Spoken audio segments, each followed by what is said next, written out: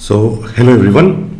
आज के इस वीडियो में हम लोग जो टॉपिक डिस्कस करने वाले हैं वो हो गया आपका field due to uniformly charged infinite plane sheet. ठीक है, तो ये एक प्लेन शीट है, ठीक है, ब्लू कलर में जो दिया हुआ है और इसमें आपके सरफेस पे चार्ज है। ठीक है, अब ये जो चार्ज है ये शीट के दोनों साइड में है। ठीक है, पूरे शीट में चार्ज है। ठीक है, अच्छा, अब इस शीट के लिए हम लोग इलेक्ट्रिक फील्ड कैलकुलेट करेंगे। ठीक है, अच्छा, अब देखो एक चीज यहां पे पहली चीज आपको जो बोला है ना कि you have to find the electric field due to uniformly charge infinite plane sheet. ठीक है, तो ये जो इनफाइनाइट प्लेन शीट का मतलब क्या है? ठीक है, मतलब ये इनफाइनाइट साइज जो है ना बोला है, ये मतलब क्या है? ये साइज। ठीक है, इसका मतलब ये है कि जो शीट, देखो इनफाइनाइट शीट का मतलब ये नहीं कि बहुत बड़ा शीट है, मतलब उस फील्ड के लिए हम लोग इलेक्ट्रिक फील्ड निकाल रहे हैं। इसका मतलब ये है कि जो शीट है ना वो इतना बड़ा है कि जो शीट का जो साइज है ना, शीट का साइज, ठीक है, ये जो साइज है मतलब ये लेंथ हो गया या ये ब्रेथ हो गया, इसका वैल्यू काफी बड़ा है इन कंपैरिजन टू कि जहां पे आप इलेक्ट्रिक फील्ड निकाल रहे हैं। ठीक है, you are finding electric field very close to the sheet. ठीक है, तो वो जो पॉइंट है वो जो उसका डिस्टेंस सपोज शीट से कुछ x है। ठीक है, तो ये जो x है ये l से बहुत छोटा है, it is very much smaller than l and this x is also very much smaller than b।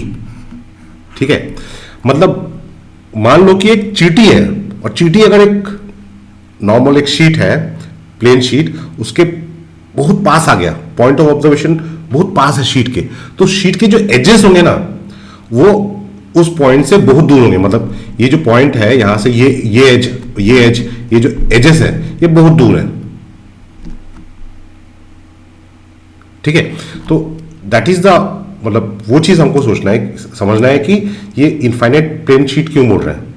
ठीक है, मतलब जो एज के इफेक्ट है वो हम लोग निगलेक्ट करेंगे, मतलब इलेक्ट्रिक फील्ड में जो एज का इफेक्ट आने वाला है ना वो हम लोग निगलेक्ट करने वाले हैं। ठीक है, क्यों एज का इफेक्ट निगलेक्ट करने वाला है? मतलब यहां पे जो इलेक्ट्रिक फील्ड ऊपर के चार्ज है, यहां पे जो चार्ज होगा, अब ये पूरे शीट में तो चार्ज है ना,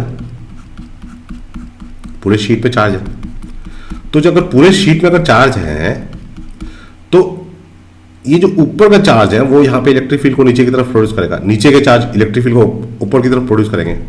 तो ये जो पॉइंट ऑफ ऑब्जर्वेशन से ऊपर और नीचे, अगर ऊपर की तरफ भी बहुत ज्यादा डिस्टेंस है, नीचे की तरफ भी बहुत ज्यादा डिस्टेंस है, तो ये जो कंपोनेंट्स है ना, ये कंपोनेंट्स एक दूसरे को कैंसिल कर देंगे। क्यों कैंसिल करेंगे? क्योंकि जैसे ये कंपोनेंट हो गया तो इसका एक इधर आ गया, एक कंपोनेंट इधर आ गया। ठीक है, सिमिलरली ऊपर वाला जो कंपोनेंट है वो एक, उसका एक कंपोनेंट इधर आएगा, एक इधर आएगा, नीचे आएगा, तो ये जो कंपोनेंट है ये कंपोनेंट एक दूसरे को कैंसिल करेंगे। ठीक है, ये सारी चीजें मैं जो बता रहा हूं ये मतलब थोड़ा डीप लर्निंग के लिए है।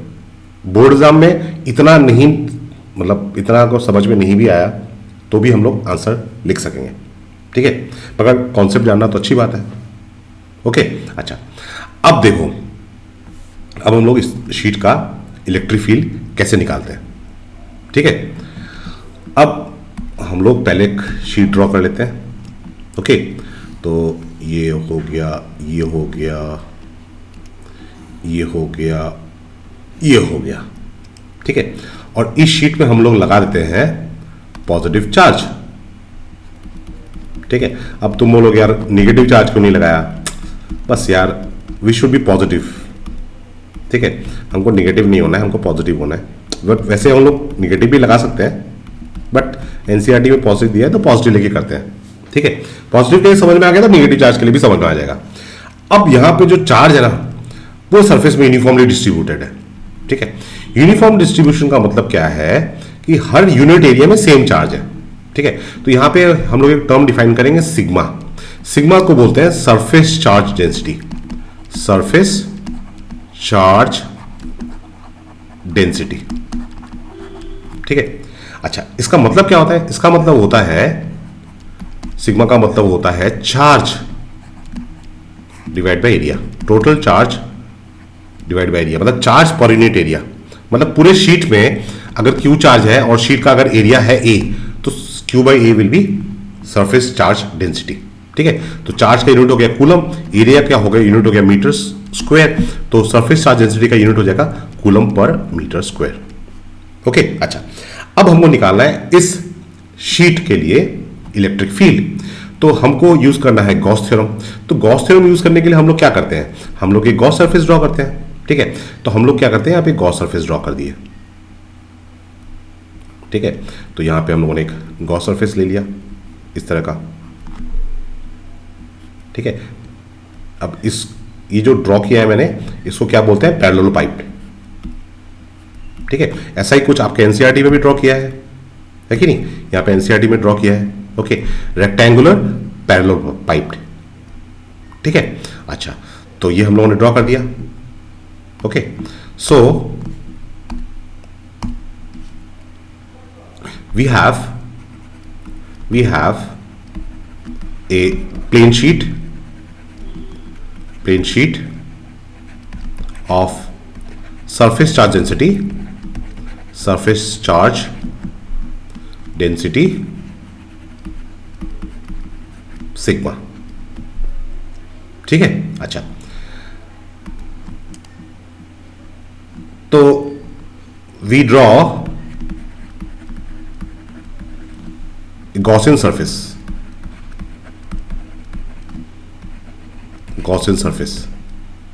ठीक है, तो यहां पे ये हो गया आपका गॉसियन सरफेस।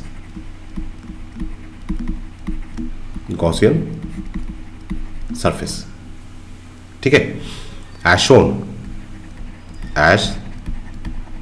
शोन। ओके, अच्छा, अब देखो ये जो सरफेस है, ऊपर वाला सरफेस है, देखो ये पॉजिटिव चार्ज है, तो इलेक्ट्रिक फील्ड कहां पे, किस डायरेक्शन होगा, इस डायरेक्शन होगा, is the direction of electric field. ये शीट है, इस साइड में अगर देखोगे तो यहाँ पे पॉजिटिव चार्ज है, तो यहाँ पे इलेक्ट्रिक फील्ड इस डायरेक्शन होगा। इस साइड में जो पॉजिटिव, यहाँ पे भी तो पूरा शीट पॉजिटिव चार्ज है, तो यहाँ पे भी तो पॉजिटिव चार्ज है, तो यहाँ पे जो चार्ज है उसके लिए इलेक्ट्रिक फील्ड किधर होगा, वो भी अवे होगा। पॉजिटिव चार्ज के लिए इलेक्ट्रिक फील्ड हमेशा अवे होता है, तो this is the electric field. ठीक है, अच्छा, अब देखो जो इलेक्ट्रिक फील्ड है वो तो मतलब अगर मैं इसको एक्स एक्सिस मान लूं और इसको वाई एक्सिस, तो जो इलेक्ट्रिक फील्ड है it is along X axis. ठीक है, E due to charge on the sheet is along X axis. ठीक है, and directed away from the sheet, and directed away from the sheet,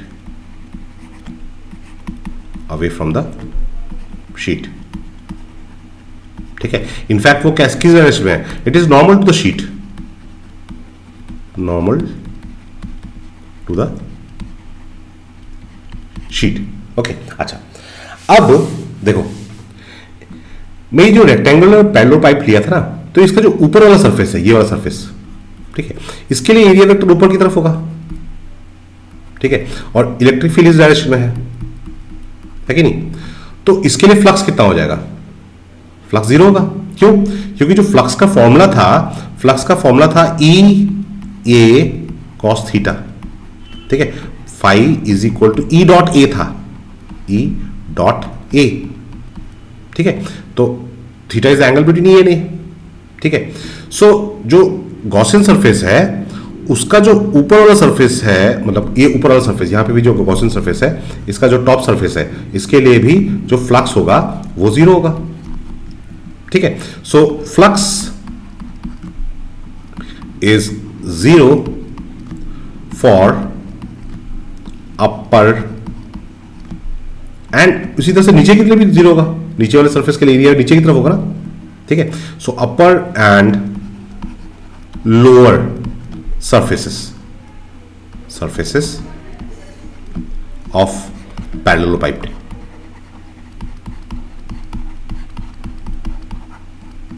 ठीक है, तो पैरेललोपाइप कंसीडर किया है, उसके अपर और लोअर सरफेस के लिए फ्लक्स जीरो होगा।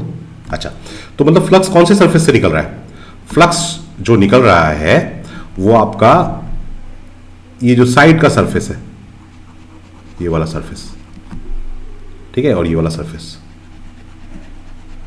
ठीक है, तो जो राइट साइड से फ्लक्स निकलेगा, ठीक है, फ्लक्स इज ई इंटू ए, तो जो फ्लक्स निकल रहा है राइट साइड से वो हो गया ई इंटू ए, ठीक है, और जो लेफ्ट साइड से निकल रहा है वो भी ई इंटू ए, ई इंटू ए प्लस ई इंटू ए। फ्लक्स स्केलर क्वांटिटी है, इधर से फ्लक्स निकल रहा है, इधर से भी फ्लक्स निकल रहा है, ठीक है, तो वही हमको ऐड करना है, यहां पे वही ऐड किया है, तो यहां पे फ्लक्स निकल रहा है, यहां पे भी फ्लक्स निकल रहा है, ठीक है। अच्छा, अब देखो हमारा डेरिवेशन में हम लोग आते हैं, तो जो टोटल फ्लक्स हो गया, so this is the total flux phi total, ठीक है, so that is equal to 2EA, 2EA,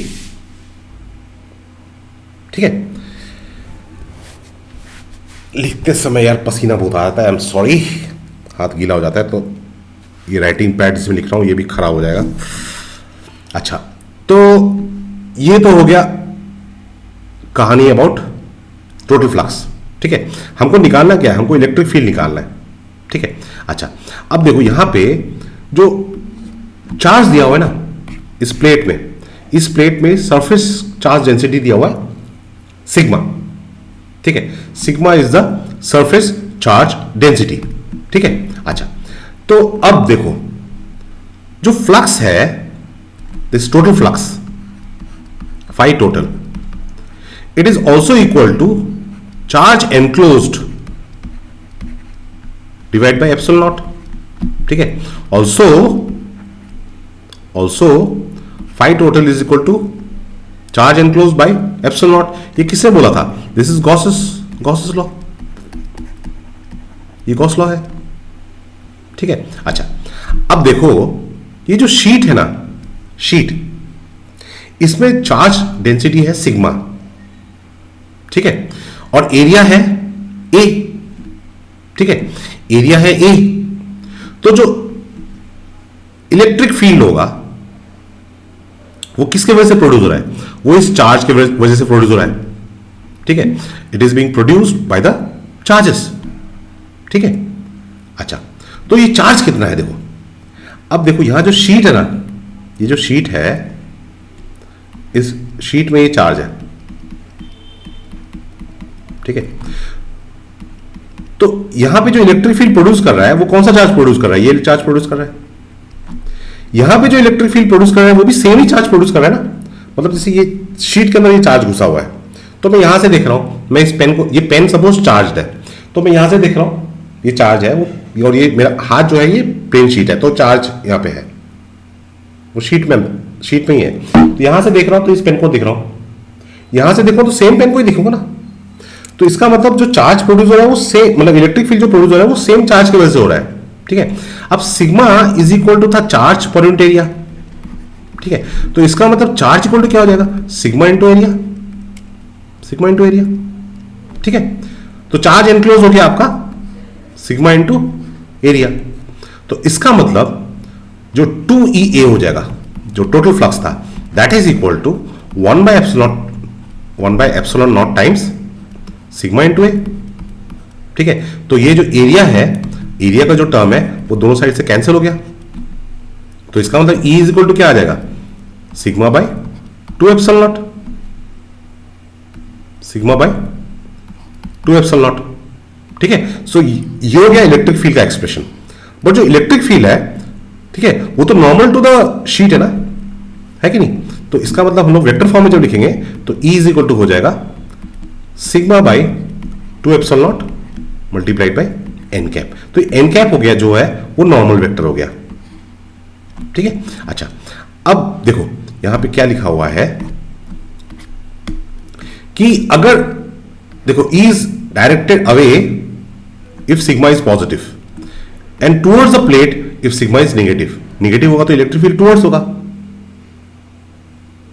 ठीक है। अच्छा, और एक चीज हमको पता चला कि जो E is independent of x, मतलब क्या है? x मतलब यहां जो डिस्टेंस है, मतलब आपका जो इलेक्ट्रिक फील्ड है, देखो इलेक्ट्रिक फील्ड का जो हमारे पास जो एक्सप्रेशन आया है वो आया सिग्मा बाय 2 एप्सिलॉन नॉट, है कि नहीं? So that means electric field is independent of distance from the sheet, ठीक है। इस बट ये जो पॉइंट ऑफ ऑब्जर्वेशन है, मैंने स्टार्टिंग में बोला था कि पॉइंट ऑफ ऑब्जर्वेशन जो है it is very close to the sheet. जो एक्स है, x is very small. X क्या है? डिस्टेंस, जहां पे जिस डिस्टेंस में आप लोग इलेक्ट्रिक फील्ड कैलकुलेट कर रहे हैं, ठीक है, मतलब ये जो डिस्टेंस है ये डिस्टेंस एक्स है। तो ये जो x है ये वेरी स्मॉल है, very much small in comparison to the size of the sheet. तो यहां पे आप कंक्लूजन लिखते हो, देखो कंक्लूजन नंबर 1 जो लिखोगे वो आप लिखोगे कि E is perpendicular to the sheet, ठीक है। ऑब्जर्वेशन नंबर 2 लिखोगे कि जो E है वो independent of distance. Independent of distance का मतलब है कि that is E is uniform, but कहां पे? Close to the sheet, close to the sheet. तो ये आपका कंक्लूजन, मतलब आपसे देखो फिजिक्स में कभी भी रिजल्ट आप डिराइव करते हो ना, तो डिराइव करने के बाद ये कंक्लूजन लिखना बहुत ही जरूरी है कि रिजल्ट से आपको क्या शिक्षा मिलता है, ठीक है। सो ये डेरिवेशन आप इस तरह से लिखते हो तो आपको गारंटेड फुल मार्क्स मिलेगा, ठीक है। सो आज के वीडियो में इतना ही। Best of luck.